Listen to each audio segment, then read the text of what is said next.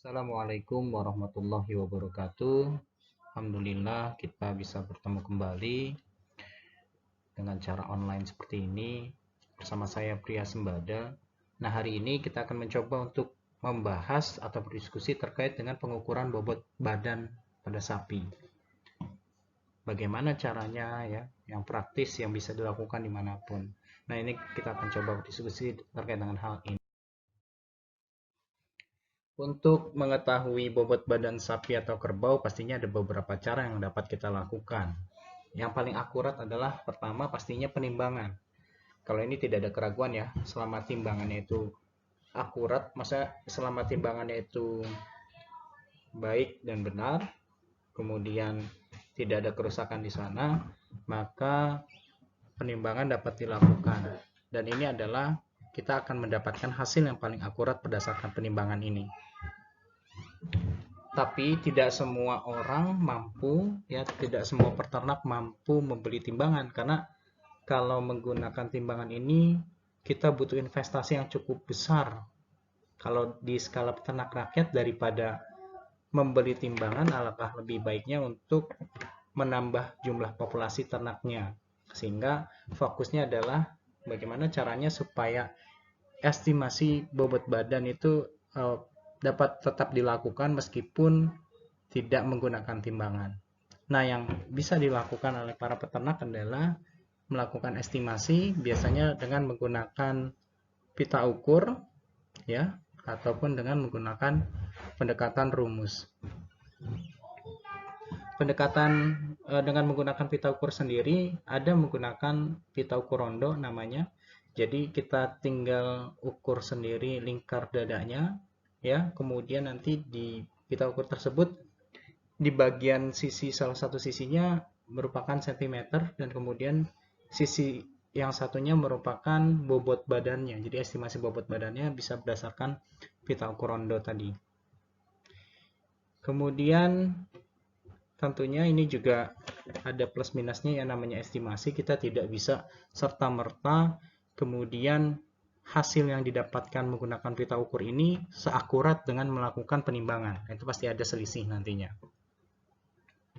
Selain menggunakan pita ukur rondo, nah pita ukur rondo juga masih relatif mahal ya bagi para peternak juga barangkali, sehingga kita perlu juga melakukan alternatif. Kalau tidak ada pita ukur rondo, apa yang bisa kita lakukan? Nah, kita juga bisa melakukan pengukuran dengan menggunakan pita ukur biasa. Jadi pita ukur biasa itu kita mudah sekali bisa mendapatkan yang di pasaran ya, jadi hanya harganya 5.000 juga sudah bisa dapat pita ukur yang biasa digunakan oleh para penjahit yang untuk mengukur tubuh manusia. Ini juga bisa dilakukan untuk mengukur tubuh ternak. Yang bedanya antara pita ukur rondo dengan pita ukur biasa adalah di salah satu sisinya, kalau pita ukur manusia itu, pita ukur untuk yang digunakan para penjahit itu biasanya menggunakan sentimeter dan kemudian satu sisinya lagi berupa inci. Ya, beda dengan pita ukur rondo yang tadi saya sebutkan. Salah satu sisinya adalah sentimeter, kemudian sisi lainnya adalah estimasi bobot badannya, yaitu berupa kilogram. Itu yang paling membedakan. Jadi tidak perlu capek-capek untuk menggunakan rumus. Kalau menggunakan pita ukur biasa yang biasa digunakan untuk jahit ya, untuk menjahit, ini kita perlu ketika sudah mendapatkan ukuran tubuh yang diperlukan untuk mengestimasi bobot badan, kemudian kita perlukan datanya untuk kita kemudian analisis, kita masukkan ke dalam rumus sehingga kita bisa mengestimasi berapa bobot badannya.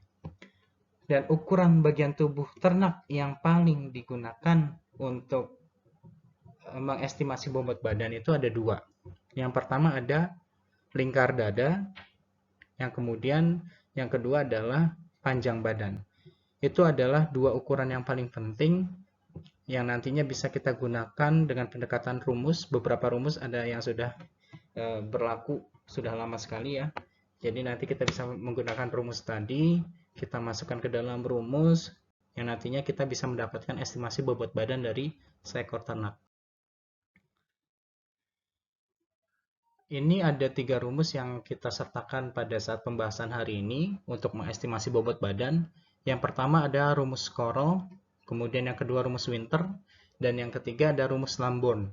Sebenarnya ada lebih dari 3 rumus ini yang biasa dipakai. Namun pada umumnya 3 rumus ini masih relevan untuk digunakan pada saat ini ya. Jadi meskipun tadi ada plus minusnya ya, estimasi namanya juga estimasi, artinya apa? Artinya tidak ada nilai yang sangat akurat, tidak ada nilai yang pas dengan hasil timbangan. Oleh karena kalau pendekatan menggunakan 3 rumus ini, nah itu ada selisih yang nantinya coba kita akan buktikan mana kira-kira angka yang paling mendekati, jadi estimasi yang paling mendekati bobot badan sebenarnya. Nah, kita bahas satu persatu. Pertama, rumus Corel ya. Jadi rumus Corel itu rumusnya adalah untuk mengetahui kilogram, kita bisa menghitung menggunakan kita mencari lingkar dadanya sapi. Jadi ketika sudah diketahui lingkar dadanya sapi dalam sentimeter, kemudian rumusnya adalah lingkar dada tambah 22, kemudian dikuadratkan tuh. Kemudian baru dibagi 100. Nah, itu adalah rumus Corel. Kalau menggunakan rumus Winter, nah ini agak berbeda ya. Jadi menggunakan 2 ukuran tubuh ternak, yaitu lingkar dada dan panjang badan. Yang paling membedakan juga adalah satuannya.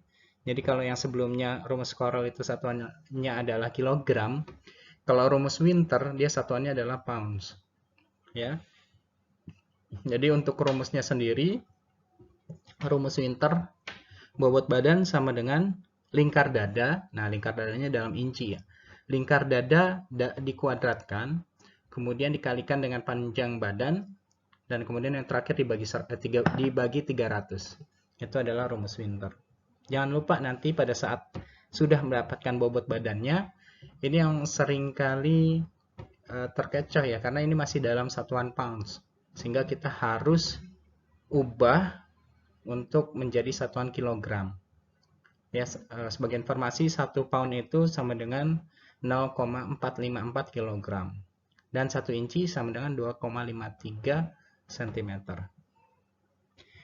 Yang terakhir adalah rumus Lamborn. Nah, kalau rumus Lamborn ini sebenarnya adalah modifikasi dari rumus Winter. Ya, jadi masih menggunakan 2 ukuran tubuh ternak, yaitu lingkar dada dan panjang badan. Tapi enaknya menggunakan rumus Lamborn ini adalah sudah dikonversi menjadi kilogram. Dan kemudian lingkar dadanya juga tidak dalam inci lagi, tapi sudah dikonversi menjadi sentimeter. Nah, rumus Lamborn itu sendiri bobot badan ya dalam kilogram nantinya sama dengan lingkar dada yang dikuadratkan, kemudian dikalikan panjang badan, dan terakhir dibagi 10.840. Itu adalah rumus Lamborn. Nah, bagaimana Pak cara pengerjaannya? Nah, ini ada contoh soal yang bisa kita coba sama-sama ya. Di soal ini diketahui lingkar dadanya adalah 175 cm. Kemudian panjang badannya 150 cm. Nah, kita diminta untuk berapa sih estimasi bobot badannya menggunakan rumus Corel, Winter, dan rumus Lamborn. Nah, kita coba satu persatu ya. Dan sekaligus kita juga akan membuktikan mana sih yang mendekati akurat ya. Ini contoh soal saja. Nah, untuk rumus Corel sendiri, rumus Corel ya, rumus Corel itu ketika kita hitung dia hanya menggunakan 1 ukuran tubuh yaitu lingkar dada, jadi kita bisa langsung hitung bobot badan sama dengan lingkar dada tambah 22 ya tadi, kemudian dikuadratkan dibagi 100. Nah, ini tinggal dihitung aja ya, 175 tambah 22 kemudian dikuadratkan dibagi 100. Hasilnya adalah 388,09 kg. Itu menggunakan rumus Corel. Kemudian yang kedua adalah menggunakan rumus Winter. Nah, rumus Winter ya tadi ya, kita harus mengkonversi dulu. Karena tadi yang digunakan adalah bobot badannya dalam pound, kemudian lingkar dada dan panjang badannya adalah dalam inci. Sehingga kita harus konversi dulu, karena di soalnya hanyalah ukurannya berdasarkan centimeter, kita harus konversi dulu dengan mengkonversi untuk dijadikan inci ya. Nah, hasilnya adalah, jadi bobot badan sama dengan lingkar dadanya yang tadinya 175 cm sudah dikonversi menjadi inci, yaitu 69,17 ya, kemudian dikuadratkan dikali dengan panjang badan. Nah, panjang badannya 150 cm sudah dikonversi menjadi inci menjadi 59,28. Kemudian dibagi 300 dan hasilnya adalah 428,83 kg. Nah, ini satuannya sudah dikonversi menjadi kilogram. Sebelumnya, sebelum dikonversi, itu adalah hasilnya yang didapat 945,41 pounds. Begitu kurang lebih untuk menggunakan rumus Winter. Nah, rumus satunya adalah rumus Lamborn tadi ya, yang tidak beda jauh dengan rumus Winter. Cuma memang relatif lebih mudah. Karena apa? Karena kita tidak perlu lagi mengkonversi ke dalam inci atau mengkonversi ke dalam kilogram, karena satuannya sudah sesuai dengan contoh soal. Nah, di sini rumusnya mirip ya, jadi lingkar dada dikuadratkan dikalikan panjang badan dibagi 10.840. Dan hasil yang didapat adalah 423,77 kg. Jadi dari ketiga estimasi bobot badan tadi menggunakan rumus Correll, Winter, dan yang terakhir adalah Lamborn, ketiganya memiliki hasil yang berbeda satu sama lain. Nah, ini di contoh soal ini kita apa ya? Kita asumsikan kalau misalkan menggunakan timbangan itu misalkan 400 kg. Jadi ini kita coba seolah-olah kalau si sapi ini ditimbang itu adalah 400 kg. Nah, kita mau lihat rumus mana yang paling mendekati dengan angka sebenarnya. Caranya bagaimana? Caranya kita tinggal tentukan saja selisihnya ya. Jadi rumus Correll tadi dapatnya 388 sekian kilogram. Nah, sedangkan yang menggunakan timbangan itu 400 kg. Jadi ada selisih sekitar 11,91 kg. Nah, kita hitung persentasenya berapa persen sih dari angka yang sebenarnya. Kemudian kita dapatkan adalah 2,97%. Jadi persentase tadi selisih dibandingkan dengan bobot badan sebenarnya adalah sekitar 2,97%. Nah, kemudian menggunakan rumus Winter dan Lamborn juga dilakukan hal yang sama, sehingga kita ketahui berapa sih selisihnya dari masing-masing rumus tadi. Ketika menggunakan rumus Winter, didapat hasilnya adalah 7,2% ya, karena selisihnya cukup tinggi. Selisihnya adalah 28,83 kg. Kemudian kita cari persentasenya dan akhirnya didapat 7,2%.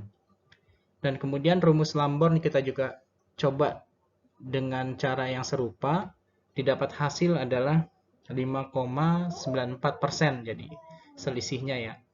Jadi tingkat keakuratannya kalau dilihat dari ketiga rumus ini, kita bisa mengasumsikan tadi bobot badannya misalkan 400 kg. Ini jadi kalau misalkan berdasarkan tiga rumus ini, yang paling akurat adalah yang memiliki persentase selisih yang paling kecil. Jadi kalau dibandingkan ketiganya, bisa kita lihat yang paling kecil adalah rumus Correll ya. Jadi persentase selisihnya hanya 2,97%. Begitu kurang lebihnya terkait dengan cara kita bagaimana kita mengestimasi bobot badan ternak ketika kita tidak punya timbangan, ketika kita tidak punya pita ukur rondo. Jadi kita masih bisa menggunakan pita ukur biasa yang biasa beredar di pasaran, itu harganya murah sekali. Kemudian dan ini aplikatif, bisa kita terapkan di lapangan ketika tidak ada timbangan dan tidak ada pita ukur rondo. Kita ukur ukuran tubuh tertentu ya. Biasanya adalah tadi saya jelaskan di awal, ada lingkar dada, kemudian ada panjang badan. Kemudian kita masukkan ke dalam rumus dan hasilnya bisa kita dapatkan kira-kira estimasi bobot badan dari seekor ternak itu berapa. Nah, itu kita bisa dapat. Itu kurang lebihnya penjelasan singkat terkait dengan praktikum hari ini yang berkaitan dengan estimasi bobot badan. Begitu kurang lebihnya. Terima kasih. Assalamualaikum warahmatullahi wabarakatuh.